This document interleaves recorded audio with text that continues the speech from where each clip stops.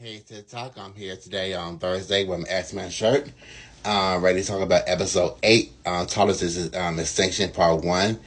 Boy, this show is a crazy ride. And like I said, I already knew I was going to be prepared, but this episode was amazing. The first thing I want to talk about is this trifling heifer right here. She's not a mother. She's not a good mother. It's very performative with her, and we saw that in full display today. She puts on this whole, she's going to have a fundraiser for the people of Genosha because X-Men aren't doing anything.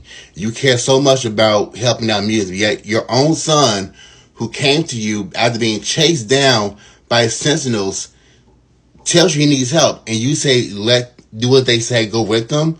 Like, you're a terrible mother. Everything you've done is performative, and you're being exposed. Your relationship always over with your son. I hope you know that. I hope there's so many nice things I want to say about her, but I think it's powerful for the show because it shows, again, this whole thing about tolerance. Like I said, she tolerated her son being a mutant as long as, we kept it private. She never accepted her son being a mutant. And when it was exposed to the world, she basically just gives up and she doesn't do anything for her son, who's being chased by sentinels trying to kill them. Like, I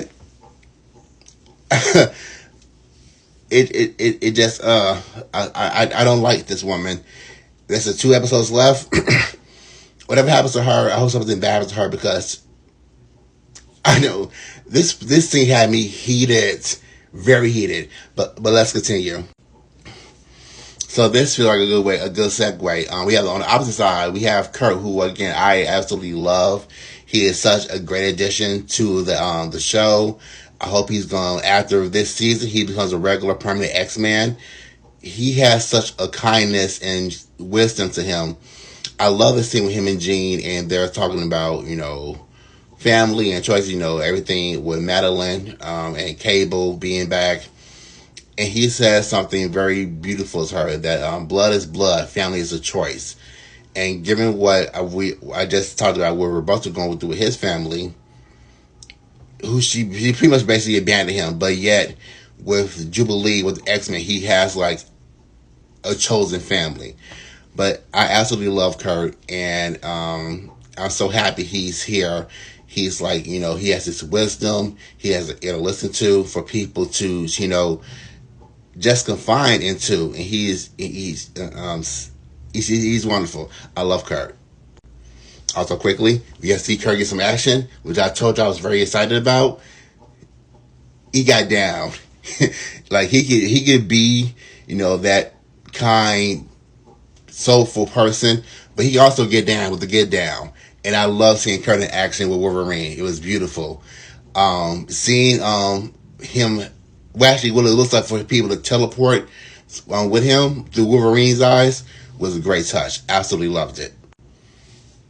Again, family seems to be a big issue, big topic on this episode. So we see Scott, Jean, and Cable kind of fight alongside each other. It was great to see. What I also love about the show is it's not simple. The relationships between all of them, they're layered, they're complex.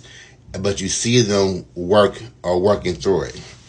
It's a really nice touch seeing them all fight side by side together. I loved it. We also saw a lot of cameos in this episode too. We see mutants like Polaris in the future that Cable is describing. Them pretty much being slaves. We see what happens at the end. We see a couple of villains talking. And I also want to talk about the move that Bastion is taking with, how he's attacking the mutants. It's not like a direct attack. It's more so fear-mongering and, trying to get public opinion against the mutants.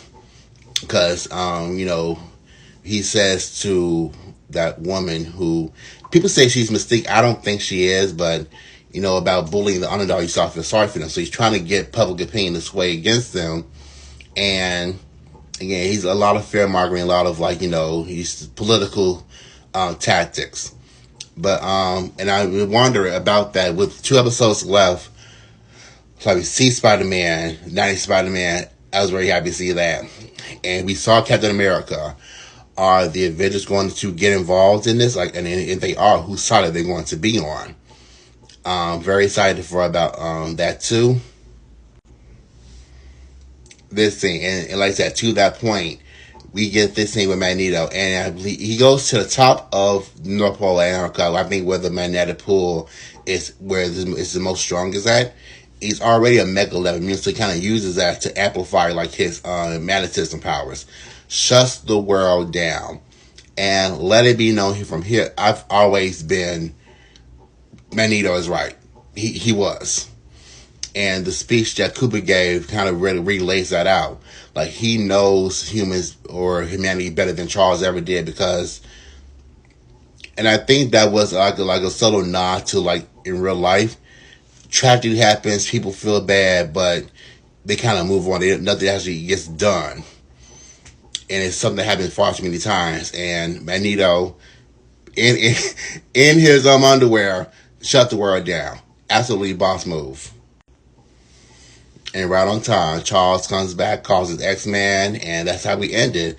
And I still very much feel that this reunion is not going to be a happy reunion for them. I think a lot has changed with the X-Men with regards to how they feel, how they, again, especially with Scott and Beast. Like we saw with Beast with Tilby, who before she became like a Sentinel Prime thing. This whole understanding of like tolerance versus acceptance. I've said before, I feel Scott and especially Beast have tried to uphold Charles's ideals in regards to human mutant, cohabitation. And like I say, even when Beast started saying, kind of, it's like leaning towards Magneto's right. Scott, everything he's been through. So I think there's going to be some changes. It's not going to be like a happy reunion people may think it is. I think they are going to come together and, defeat Bastion. I'm pretty sure about that, but what I'm thinking about is what happens after that. Like, these relationships, like how is the relationship between Charles and his students? I don't think it's going to be the same. I think Scott is going to get I definitely feel like we're going to get a candy Scott, like a more militant, fuck everyone who's not mutants, that kind of thing. And we saw in the promo that Magneto he goes back to his regular red and purple outfit. So I'm very interested to see what these next episodes give. Hopefully, Mother comes back, episode 9. Like, do not make me wait to the last episode to get Storm. Please. I need her back the next episode. But again, this show has been absolutely amazing in its delivery and its messages and its, visuals. It just extends across the board. Absolutely loved it. Did you guys see episode 8? What did you think? Let's talk about it. Thank you for watching my video. Have a great day. Bye.